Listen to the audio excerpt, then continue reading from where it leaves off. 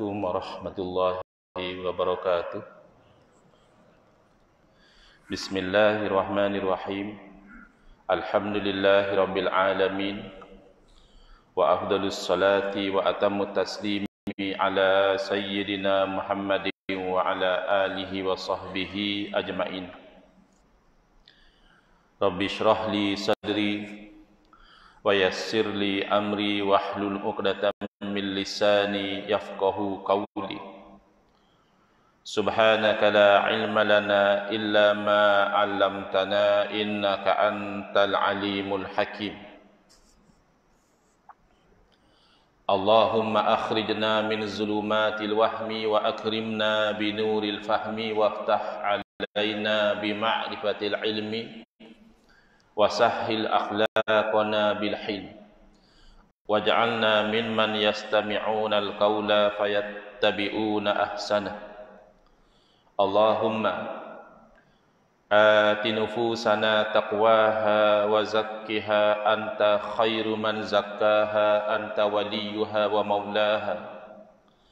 Allahumma arinal haqqa haqqan warzuqna ittiba'ah wa arinal batila batilan warzuqna ijtinabah. Allahumma anfa'na bima 'allamtana wa 'allimna ma yanfa'una wa zidna ilman wa huda. Amma ba'd. Alhamdulillah, muslimin, muslimat, hadirin hadirat yang saya hormati. Moga-moga kita semua dirahmati dan diberkati oleh Allah Subhanahu wa taala. Dan moga-moga kita semua dikurniakan oleh Allah Subhanahu wa taala kefahaman yang baik di dalam urusan agama dan keikhlasan yang menyeluruh di dalam menuju kepada ridha Allah Subhanahu wa taala. Pagi ini insya-Allah kita akan menyambung pengajian kuliah subuh bulanan hari Sabtu yang ketiga, anjuran Masjid Muaz bin Jabal Taman Setiawangsa, menggunakan kitab Kekeliruan Umat, inilah jawapannya, susunan Al-Fadhil Ustaz Muhaddi bin Haji Jul hafizahullah ta'ala wa nafa'ana bihi wa bi'ulumihi fid daraini amin. Kita skip 2 bulan ya. Pada Januari ya, kuliah yang terakhir. Pada Februari saya ada dialog di Perlis tentang isu aliran Wahabi, dan pada Mac saya berada di luar Kuala Lumpur. Jadi kita sambung di muka surat 85 berkaitan tentang Tauhid 3. Ini salah satu tajuk penting yang dibincangkan dalam dialog di Perlis. Kerana Tauhid 3 ada versi Ahli Sunnati wal Jamaah dan ada Tauhid 3 versi aliran Wahabi. Tauhid 3 versi Ahli Sunnati wal Jamaah terkandung di dalam pengajian sifat 20, yang mana apabila sampai kepada sifat wahdaniyah, iaitu esa Allah Subhanahu wa taala, iaitu menafikan berbilang-bilang, menafikan banyak pada Allah taala, dibahagi kepada 3. Wahdaniyatuz zat, mengesakan Allah pada zat. Berarti tidak ada zat yang lain daripada Allah taala sama seperti Allah itu tidak ada. Dan menafikan bahawa zat Allah taala itu tersusun dari juzuk-juzuk yang bercantum jadi Allah, itu juga dinafikan. Yang kedua adalah wahdaniyatus sifat, mengesakan Allah pada sifat. Menafikan ada yang selain daripada Allah tetapi bersifat sama seperti sifat Allah. Di situ mungkin timbul persoalan. Sepertinya ada yang sama. Allah Ta'ala bersifat sama. Manusia juga ada sifat sama pendengaran. Allah Ta'ala bersifat basar. Manusia juga ada sifat basar, penglihatan. Allah Ta'ala bersifat kalam. Manusia juga ada sifat kalam. Tetapi kita kena terangkan, bila kita menafikan tidak ada yang lain daripada Allah Ta'ala bersifat seperti Allah Ta'ala, berarti hakikat sifat tak ada. Lafaz mungkin kita menggunakan lafaz yang sama bila kita nisbahkan kepada Allah, kita gunakan lafaz yang sama juga bila kita nisbah kepada manusia. Yang namanya pendengaran manusia dipanggil sama, yang dinamakan pendengaran Allah juga dipanggil sama. Tapi ittihadul lafzi dunal makna. Sama pada lafaz tapi hakikat maknanya berbeza. Pertama, samak yang ada pada manusia ni baharu. Dahulu tidak ada samak, bahkan manusia itu sendiri dahulu tidak ada. Sedangkan sifat samak yang ada pada Allah Ta'ala itu adalah satu sifat yang qadimah, sifat yang qadim, yang tidak ada permulaan. Yang kedua, samak manusia ni perlu kepada alat, perlu kepada telinga. Kalau takdir suatu orang tu lahir cacat, tidak ada organ telinga, dia tidak boleh mendengar. Samak Allah Ta'ala tidak perlu kepada alat.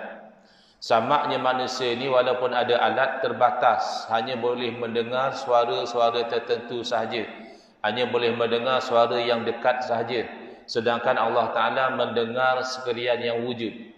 Dan samak manusia akan binasa, sedangkan samak Allah Ta'ala kekal selama-lamanya. Kalau samak manusia di hari akhirat nanti dikekalkan, bukan kekal dengan sendiri. Kemudian mengesakan Allah pada sifat juga menafikan berbilang sifat yang sama pada Allah Ta'ala. Ada dua kudrah, ada dua ilmu, ada dua iradah.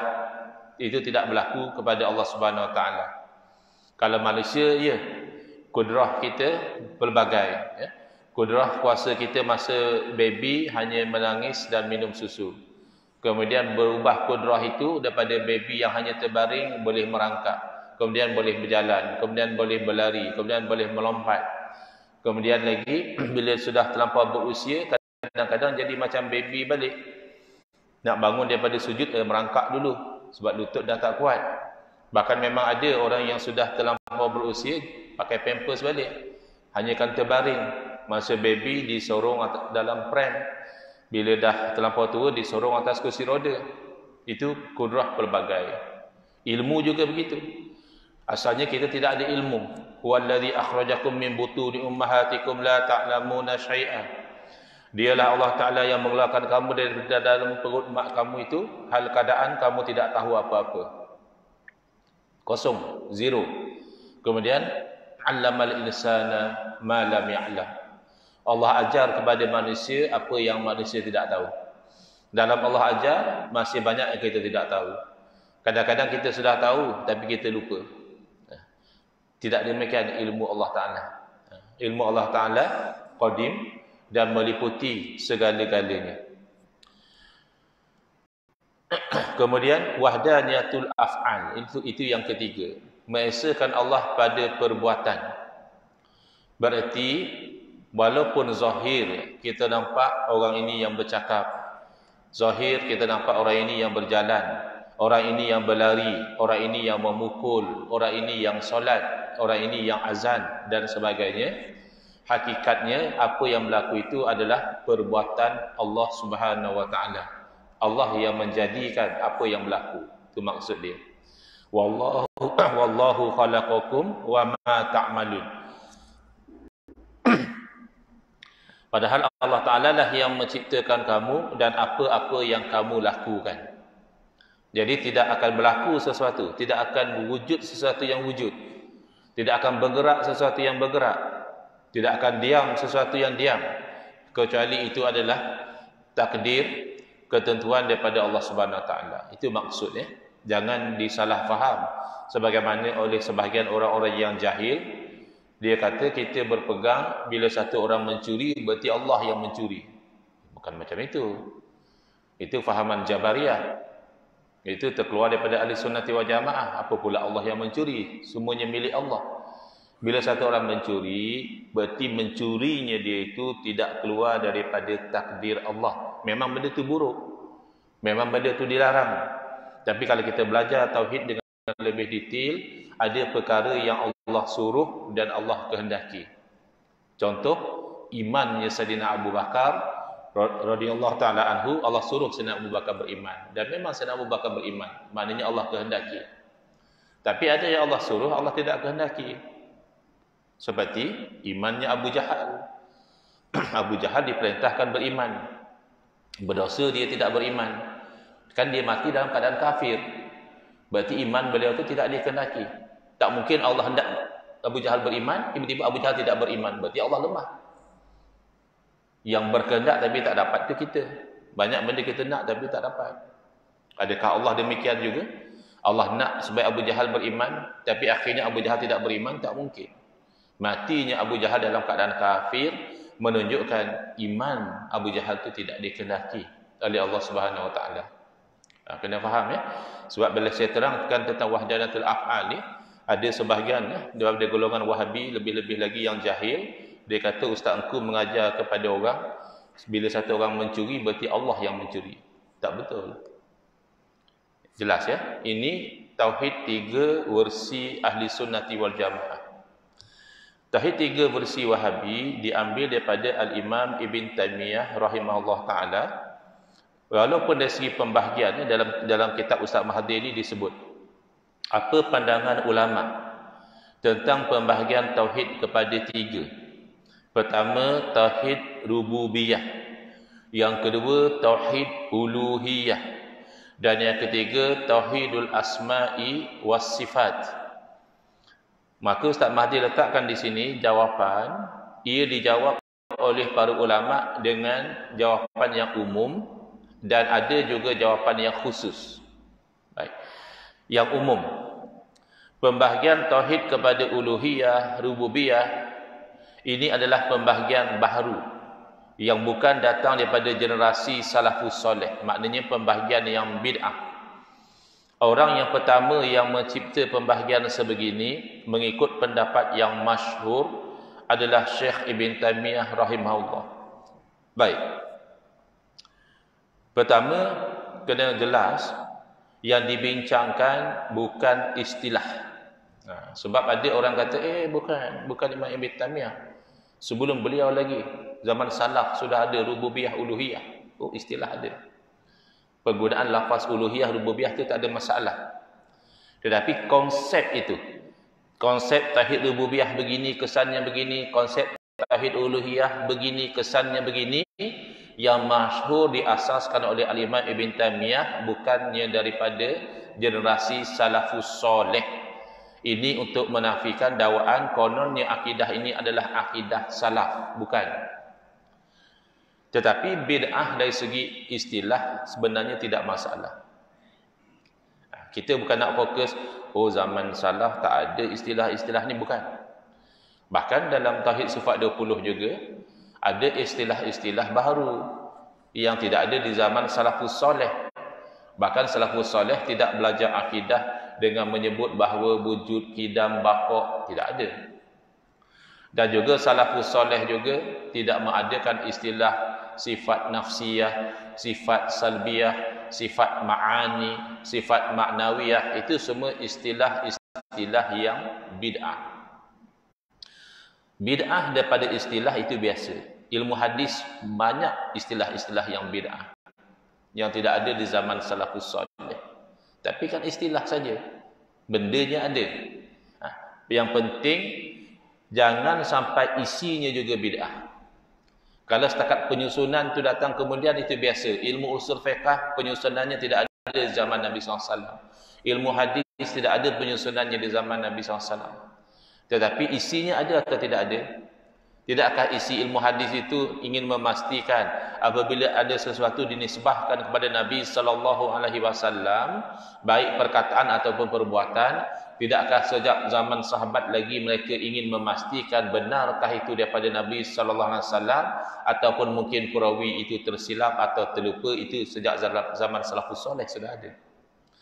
Cuma mereka tidak letaklah istilah mursal, mu'dal, munqati, ini tak ada istilah macam itu. Tapi sikap mengkritik perawi sudah ada semenjak zaman sahabat lagi. Jadi masalah dengan tauhid 3 bukan sekadar bahawa ianya baharu. Kalau setakat itu sahaja, okey. Tetapi dia pergi kepada isi. Isi tauhid 3 versi Al-Imam Ibn Taymiyah yang sekarang ini didukung oleh golongan Wahabi, itu bercanggah dengan Quran, sunnah dan juga ijma' ulama ahli sunnati wal jamaah. Itu problem dekat situ. Tapi itu kan ada diajar dalam silibus kita. Ya, dimasukkan dalam silibus, maka ada. Dan yang dalam silibus itu setakat yang diajar itu masih okey, ya. Kita kena jelas bahawa tauhid 3 versi Al-Imam Ibn Taimiyah ini ada bahagiannya yang benar, yang wajib kita terima, haram kita tolak. Bukan 100% salah. Ada bahagian tauhid 3 bukan versi Ahlussunnah wal Jamaah, ya, versi Al-Imam Ibn Taimiyah. Ada yang benar, yang haram kita tolak, wajib kita terima. Dan ada yang batil, yang haram kita terima dan wajib kita tolak. Yang itu yang nak dijelaskan oleh Ustaz Muhaddir dalam tajuk tauhid 3 ini. Baik. Saya jelaskan yang pertama dahulu, ya. Iaitu tauhid rububiyah. Daripada perkataan Rabbun. Ya, apa makna Rabb? InsyaAllah ramai yang tahu. Rabb maknanya Tuhan. Ya, Alhamdulillahi Rabbil Alamin. Segala pujian milik Allah, Tuhan sekian alam. Jadi Rabb maknanya Tuhan. Rububiyah sesuatu yang bersangkutan dengan Tuhan, ketuhanan. Yang dimaksudkan tauhid rububiyah di sini adalah mengesakan Allah Subhanahu wa taala sebagai Rabb, yakni sebagai Tuhan yang menciptakan, yang menghidupkan, yang mematikan, yang memberi rezeki, yang mendatangkan mudarat, yang mendatangkan manfaat, yang menjadikan seseorang itu sakit, yang menyembuhkan seseorang dari penyakit. Tidak ada yang lain melainkan Allah Subhanahu wa taala semata-mata. Itu konsep tauhid rububiyah, dan konsep itu benar. Tak boleh kita tolak. Bahkan dalam tauhid 3 versi Ahlussunnah wal Jamaah ada konsep itu, cuma mereka tidak namakan tauhid rububiyah. Mereka namakan apa tadi? Wahdaniyatul af'al. Mengesakan Allah pada perbuatan. Memang kita nampak yang melahirkan tu ibu, tapi hakikatnya yang menciptakan adalah Allah. Memang kita nampak yang berjalan tu orang ni, tapi yang menjadikan dia berjalan adalah Allah. Memang kita nampak yang menyebabkan sakit adalah kerana jangkitan, tetapi sebenarnya yang menjadikan orang itu sakit adalah Allah. Memang kita lihat zahirnya yang menyembuhkan dia adalah doktor dan juga ubat-ubatan, tetapi hakikatnya yang menyembuhkan adalah Allah Subhanahu wa taala. Jadi beza istilah letak tepi, tak payah bergaduh. Dalam bahasa Arab dia kata la musyahhata fil istilah. Tak payah nak bertekak, tak payah nak bergaduh kalau setakat beza istilah saja. Depa nak panggil tauhid rububiyah, kita nak panggil wahdanatul af'al, biar pi. Tak ada masalah. Masalah bukan di situ. Masalah pada tauhid rububiyah bukan pada konsep. Masalah pada tauhid rububiyah adalah pada implementasi. Bila diimplementkan konsep tauhid rububiyah ini, iaitu mengesakan Allah sebagai satu-satunya yang menciptakan, yang menghidupkan, yang mematikan, yang memberi rezeki itu dan ini, lalu ada dakwaan bahawa kalau setakat tauhid macam itu, orang-orang musyrikin, penyembah berhala seperti Abu Jahal, seperti Abu Lahab, ada tauhid macam itu. Ini problem. Akan kita tanya kepada yang mendakwa demikian, siapa di kalangan ulama salafus soleh yang berpegang macam itu? Tak jawab. Dia memang tak boleh jawab sebab tak ada. Kamu kata akidah kamu akidah salaf. Makna akidah generasi awal, sahabat Nabi, tabi'in, tabi'in. Mana satu orang cukup? Satu atau dua orang lah. Di kalangan salafus soleh yang berpegang bahawa orang musyrikin bertauhid. Tu dalam Quran kata, dalam Quran kata hang yang faham lagu tu. Banyak orang sekarang kata, Quran yang kata bukan saya kata. Dah.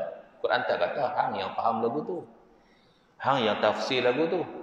Jadi nak kena pastikan tafsiran itu betul, paling tidak ada generasi salafus soleh ataupun paling kurang ulama-ulama tafsir yang muktabar, yang mentafsirkan seumpama yang kamu dakwa, iaitu orang musyrikin penyembah berhala, Abu Jahal, Abu Lahab bertauhid dengan satu jenis tauhid namanya tauhid rububiyah. Tidak ada. Maka dakwaan itu ada akidah salah, dakwaan yang palsu. Baik. Apa problem? Problem salah faham ayat Al-Quran.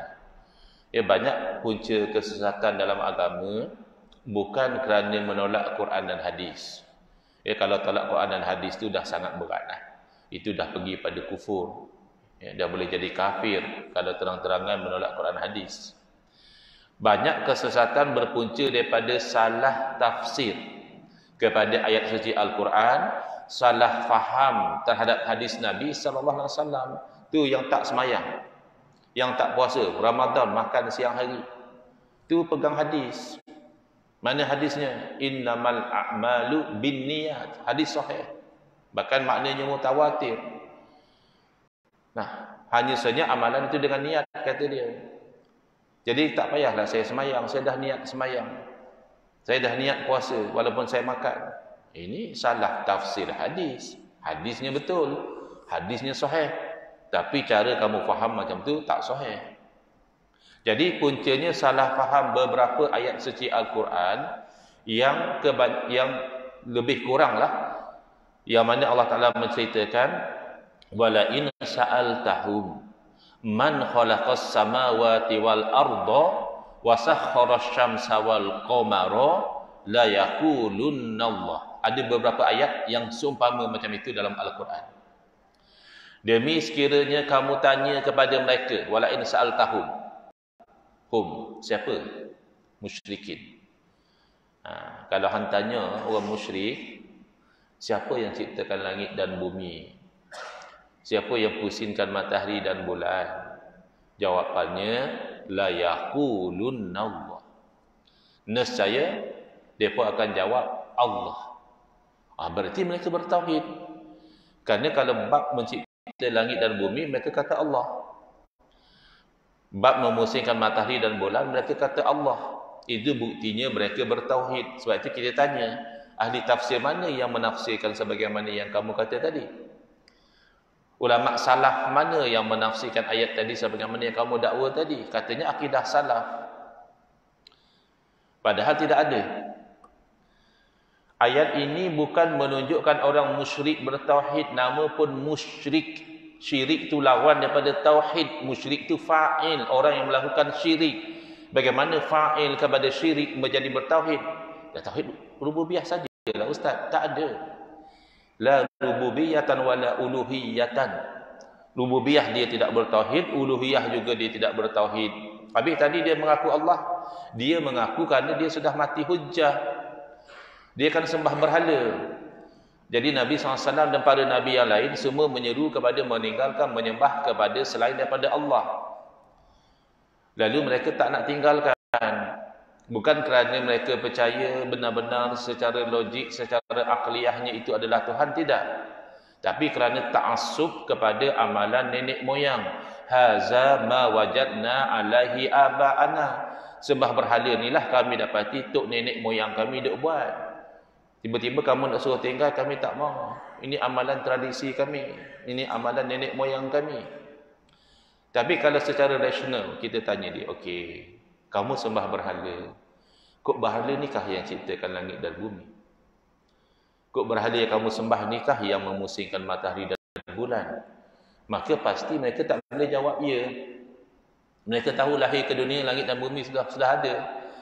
Bulan dan matahari telah berpusing. Kemudian bila mereka sudah besar, sudah dewasa, sudah pandai sedikit, mereka sendiri yang buat berhala. Tangan mereka sendiri yang membentuk berhala. Kalau mereka tahu kalau berhala tidak menciptakan langit dan bumi, mereka tahu bahawa berhala tidak memusingkan matahari dan bulan, akhirnya mereka terpaksa akur bahawa Allah yang menciptakan. Tapi adakah mereka bertauhid? Tidak.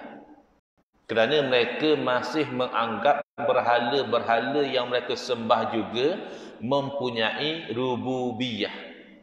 Berhala yang mereka sembah juga boleh mendatangkan manfaat dan mudarat.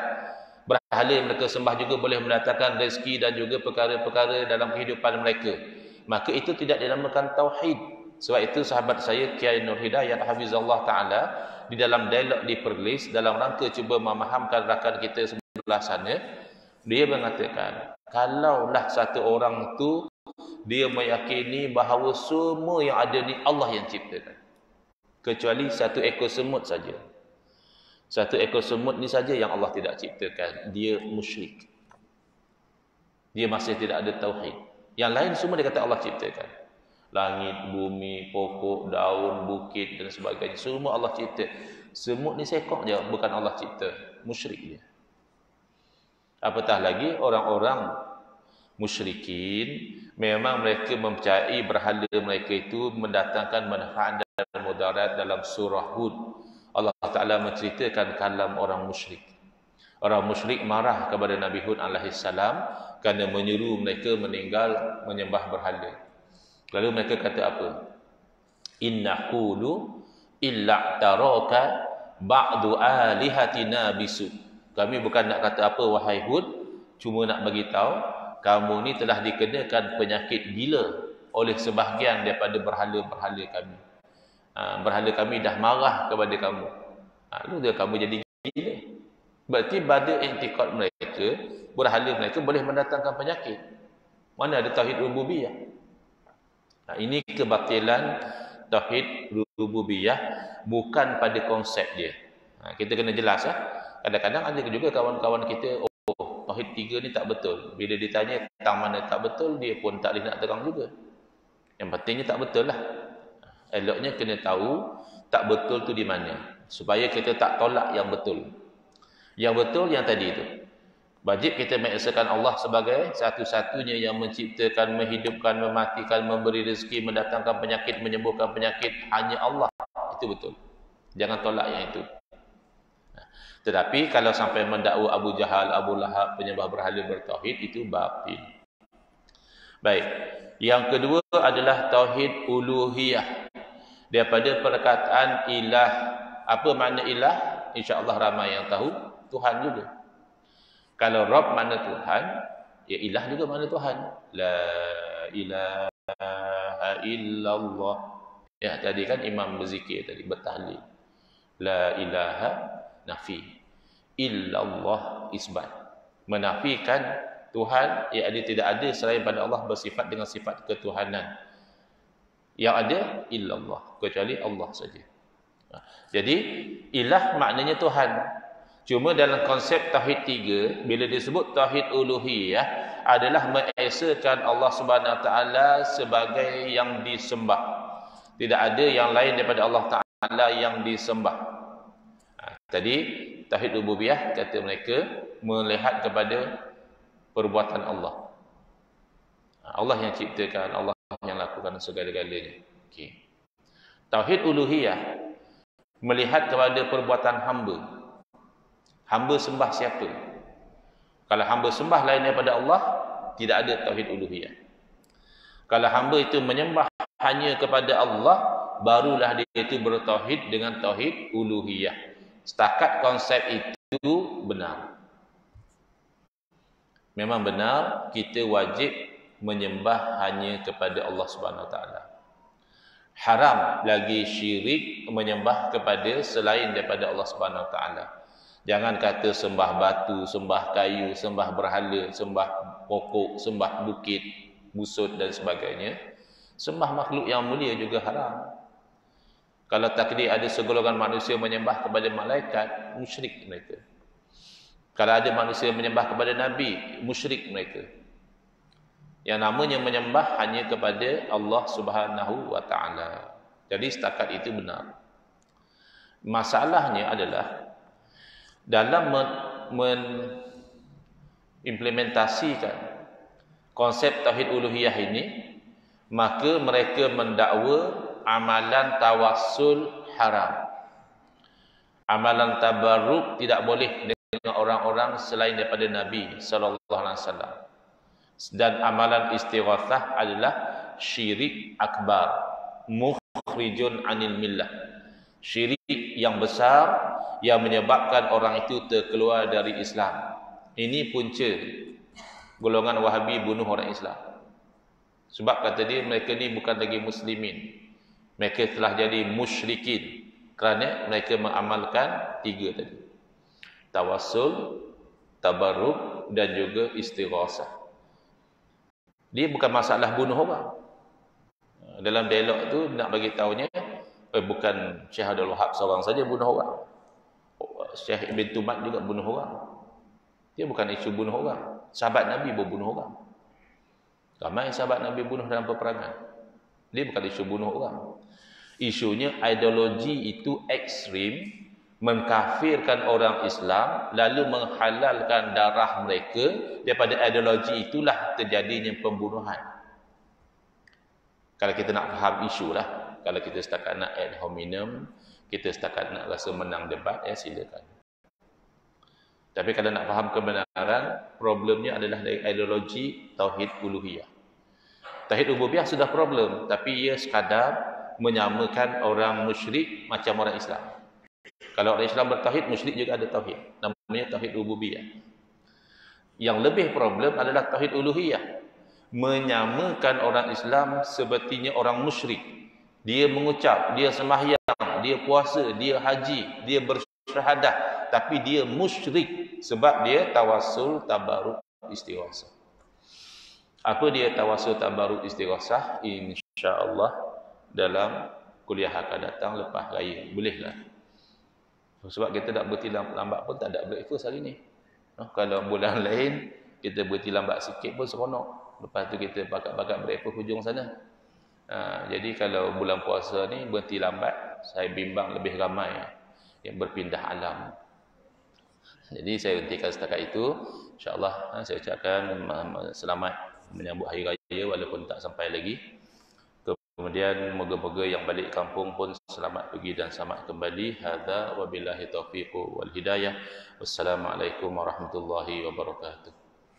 Bismillahirrahmanirrahim. Alhamdulillahirabbil alamin wassalatu wassalamu ala asyrafil anbiya'i wal mursalin wa ala alihi wa sahbihi ajma'in. Allahumma shrah sudurana wa ahsin akhlaqana wa azzim ujurana wa nawwir qulubana bi nuri hidayatika kama natarada bi nuri syamsika abadan abada bi rahmatika ya arhamar rahimin.